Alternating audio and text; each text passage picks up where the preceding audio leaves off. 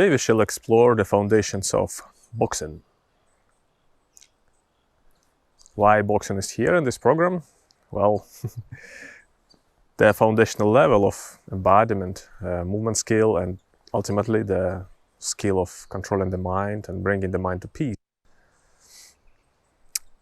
has to encompass, well, all facets of human experience. There is a general rule in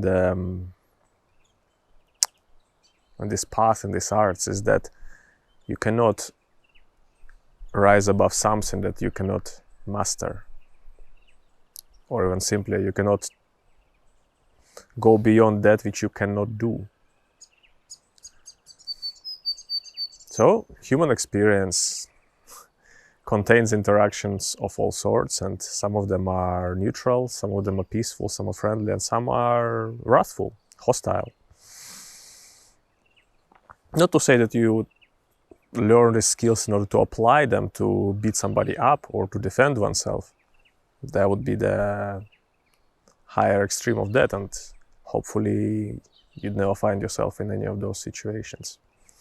Yet the skill itself, skill of being able to mobilize power in a wrathful way, or in a defensive way, or in a way that is martial, basically, is indispensable, really. It's one of those skills that we want to have. It's a skill of being able to uplift the vigor and express it, manifest in a much more straightforward and direct manner. Ultimately, it's the way to express oneself. What is oneself when oneself is this energy, this being, this presence, this vitality? The way it expresses itself is through action.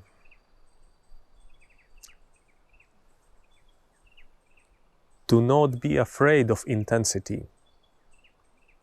That's the ultimate lesson of martial arts. Intensity of psychic expression, mental expression, and physical expression. Intensity is okay, provided that it is not hurtful to others or to oneself.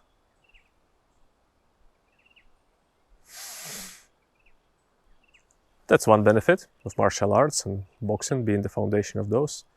The other benefit is that, well, we learn to a certain extent bulletproof the body.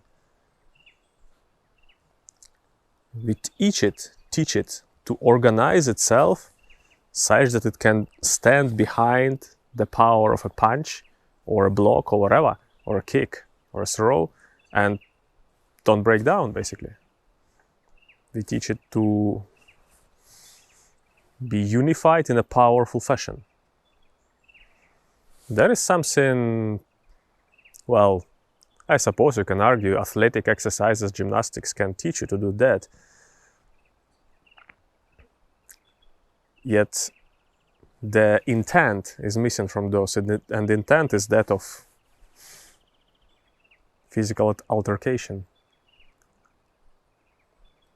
Punch, kick, offense or defense. One must be able to operate within those realms. Teaching one's psyche to be able to operate within one's realms of the martial, of a fight, basically, is very, very beneficial. Psyche taught to be able to withstand those experiences of such an altercation is quite robust.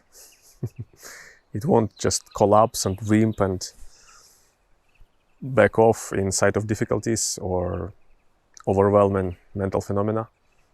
It will stand tall, it will hold the punch. How we teach the mind? Well, we teach the body. That's the easiest, most direct approach. So that being said, in favor of martial arts and boxing, let us get into it.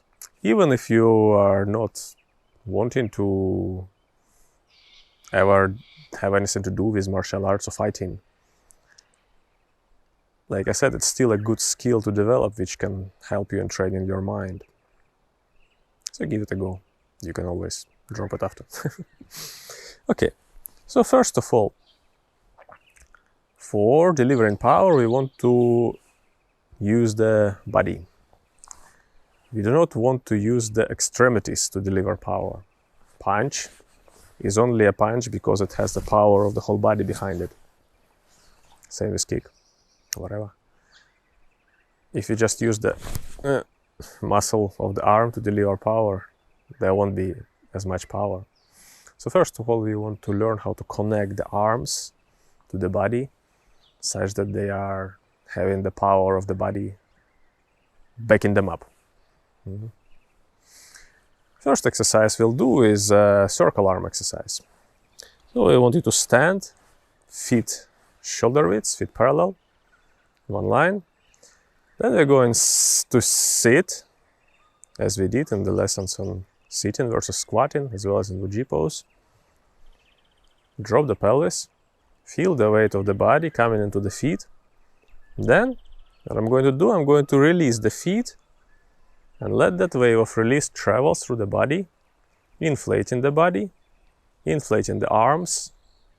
And then I'm gonna make this circular shape with the arms.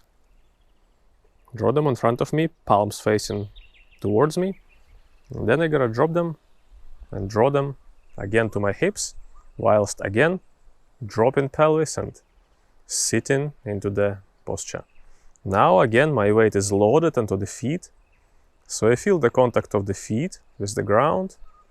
Then I release the feet, send that wave of release through the body, which inflates the arms, producing this circle, and then I draw them in. Sink, load the weight on the feet, release the weight of the feet, inflate the body. Around the arms, draw the arms in. So, I want the wave of release to inflate my arms. I don't just lift my arms. I wait for the wave of release travels through the legs, through the torso, to the arms, inflating the arms, such that the muscular effort in the arms is actually minimal. Then I draw them in, back again to the hips. And once again I repeat. Release the feet, inflate them, body, inflate the arms, circle, draw them in. Let's do it a few times. Now absorb the mind into your shoulders and arms and just release. Let the arms hang into the sockets. Make sure as you go up and down in the legs, the effort originates first from the release of the feet, then from the extension of the legs, then from transmitting that power into the torso, and only then in the arms. For that, your shoulders, chest must be as relaxed as possible.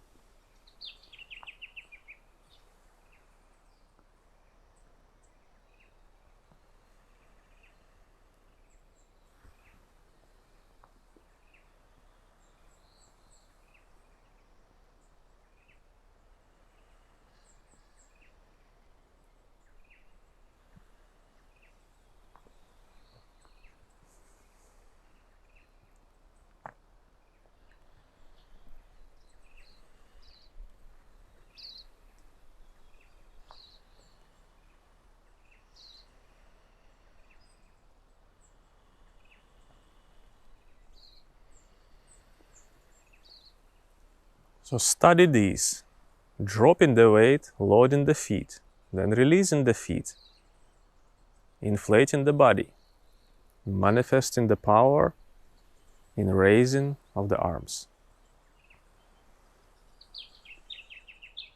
such that the effort of raising the arms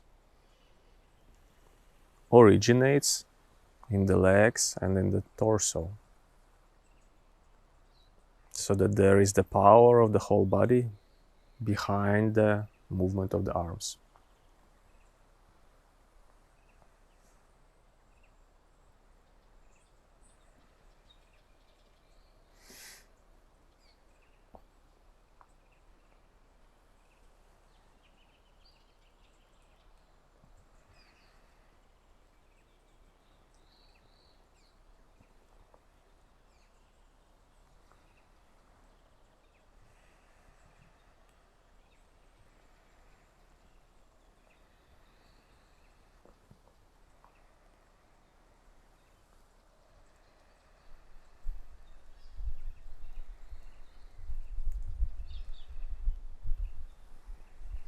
Once again, absorb the mind inside the shoulders and the arms and release.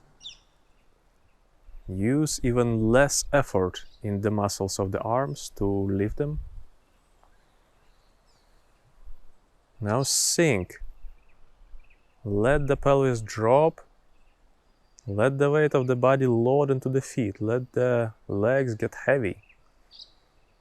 Then bring the mind to the point of contact of the feet with the ground and release that point. Like, ha, sort of spreading and softening of the sole of the foot, and let the wave of release to inflate.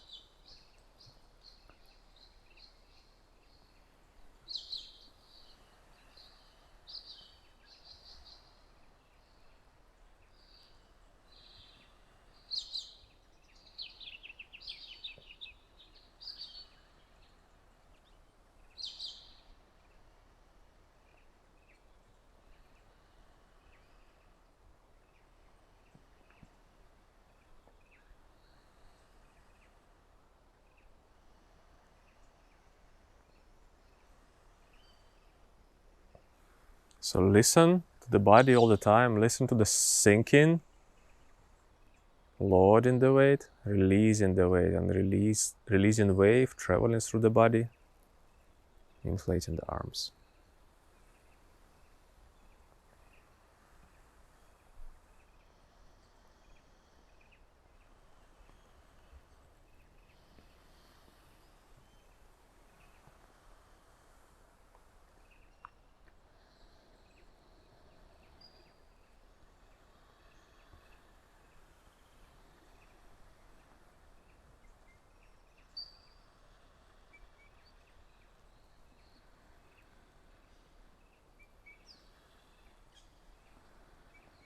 So do this drill a lot. It's very beneficial for overall working of the body, release of the body. It involves the entire body through sinking of the mass of the body and then release of the feet, which mobilizes the internal force through the body, manifesting in the movement of the arms. After a while of doing so, you'll find your body quite released, quite comfortable, quite connected, not fragmented, which is good, which is what we want for not only martial arts, I suppose, for for life.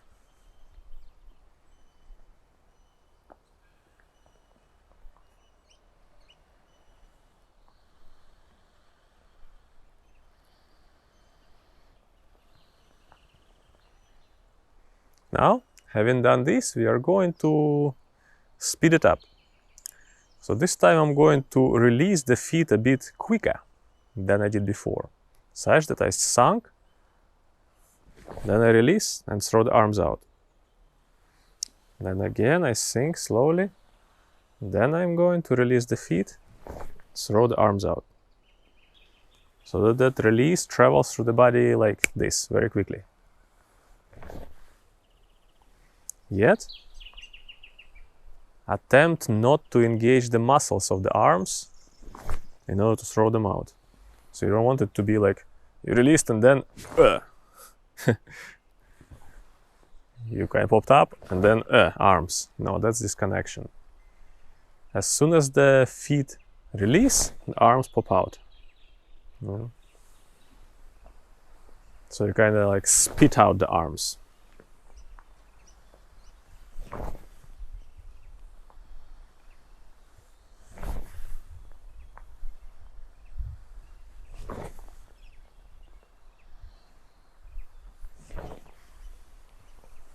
Arms still travel the same trajectory in that rounded circle, only faster. They're being spat out of the body. It's like you sunk them, you release the shoulders, and then you pop the feet, boom. Arms spat out.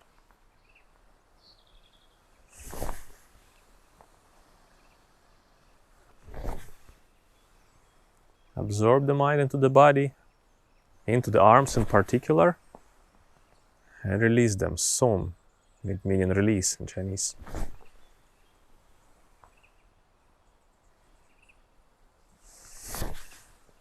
The more released your arms are, the easier it will be to do this movement.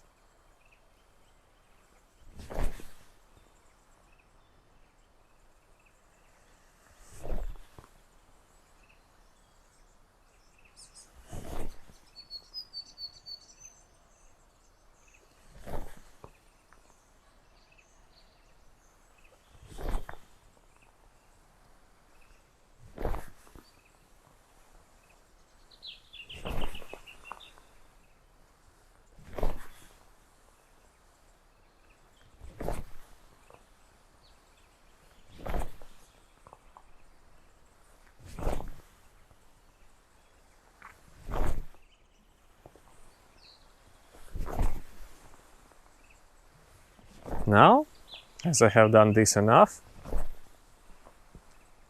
which may be a different amount of enough for you, might practice the first drill for a while, a few days, then the second drill, this drill. Then you speed this one even further, such that I don't pause anymore on drawing the arms towards the body. I simply drop in, sink them, and straight away pop them out.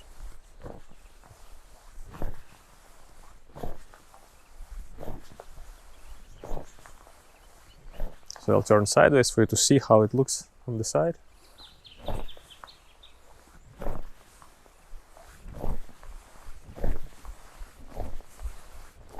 So notice I still go up and down in my legs,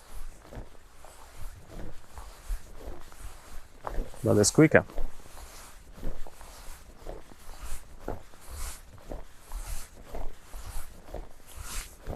I still release the feet, pop them out. I'm still connected, such that the wave of release from the feet inflates my arms, manifesting in this movement. And the more I do it, the more I strive to relax the arms, release the arms.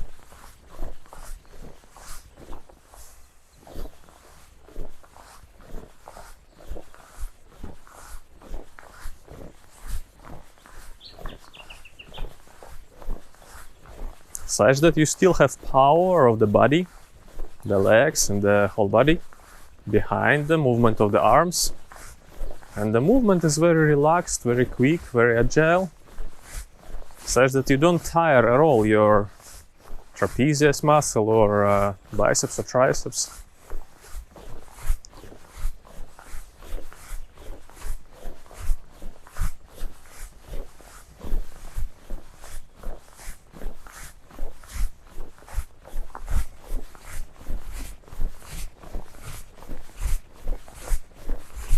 Quite the contrary, you are relaxing even deeper, even further, releasing the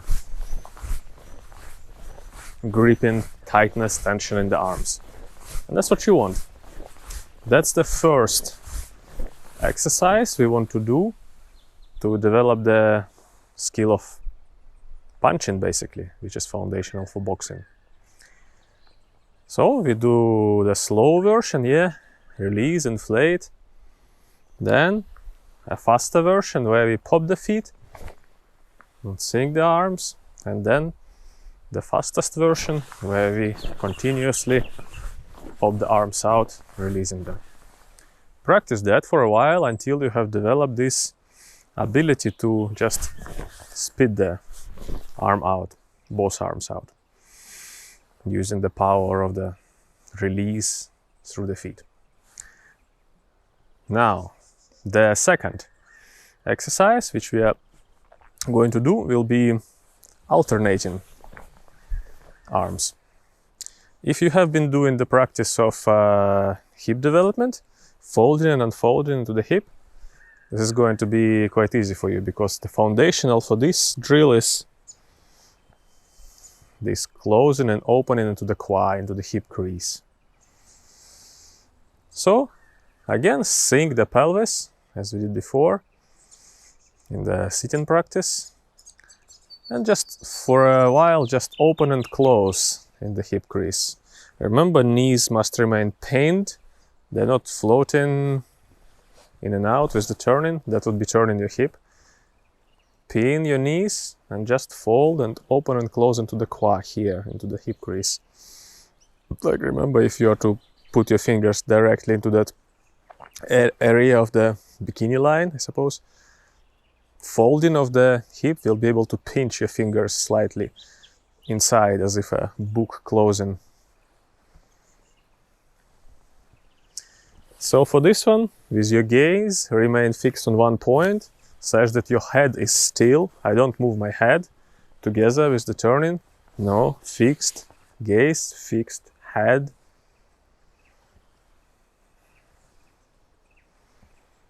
That is because, as well, for punching we want our intent to be fixed on the object, the target.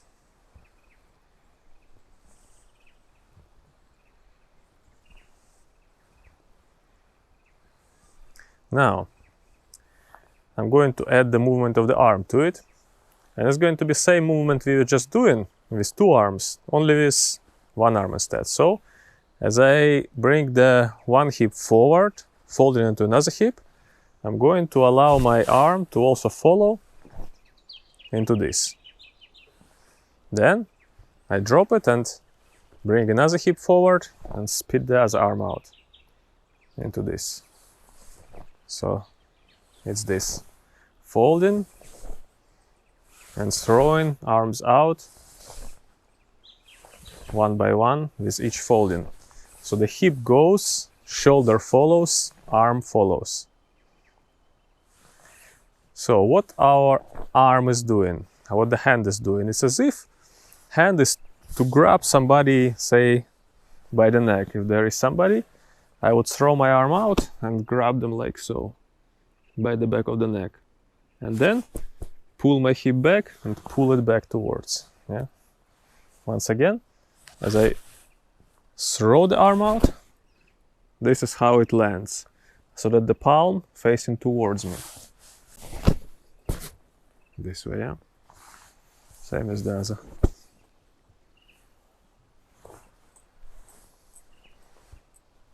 So, throw the arm, grab, pull towards. Pull towards. Yeah. Of course, as we alternate, this movement of pulling towards is not so accentuated.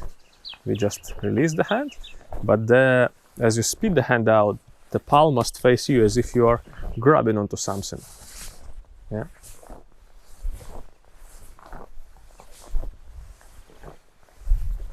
So as you've got the pattern, the movement originates in the turning of the hip, the folding in the hip crease.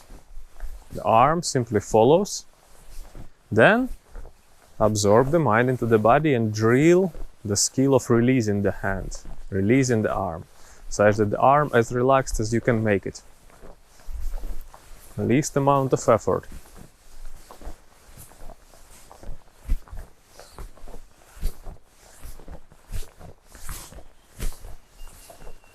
As you can see, you can speed the movement up when you have got clear about it. Make sure though that if you speed it, you're not just doing this with your arms and your hip stays still, yeah? It must be originating from the hip. So the hip goes, arm spat out. Hip goes, arm spat out. There is no movement of the arm without movement of the hip and the folding of the torso. The power must originate in this turning, folding of the hip. That's when we speak about external power. It must have the entire body behind it. Here, this is not yet even a punch. This is just a drill to develop this connectivity. of the arms to the body.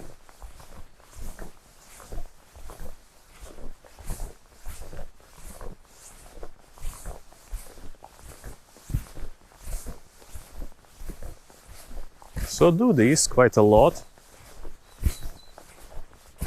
As you do this, remain sunk, yeah? Don't rise up. You can, of course, fold and unfold hip raising up, but we want the center of mass to be dropped here. Because again, if the center of mass is dropped, more power can be generated from this movement.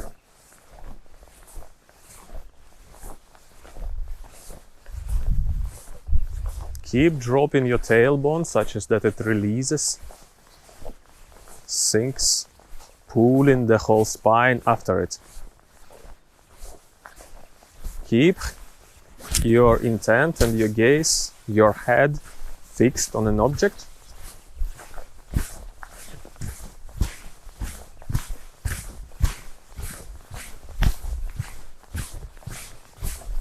And of course, as you have got clear and easy with the pattern, you can speed it up as much as you want.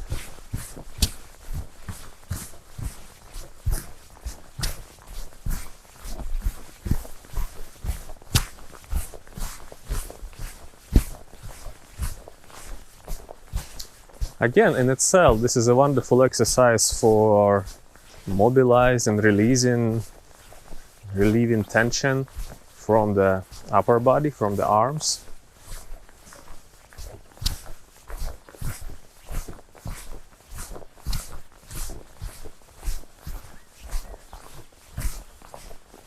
And even if you don't get to do any martial arts, this will be a great tool in your exercise program. Okay, so these two drills first, practice them for some time, and then we actually build up from it, build up the technique for punching and developing power for punching. So I'll see you in the next lesson on these. Thank you.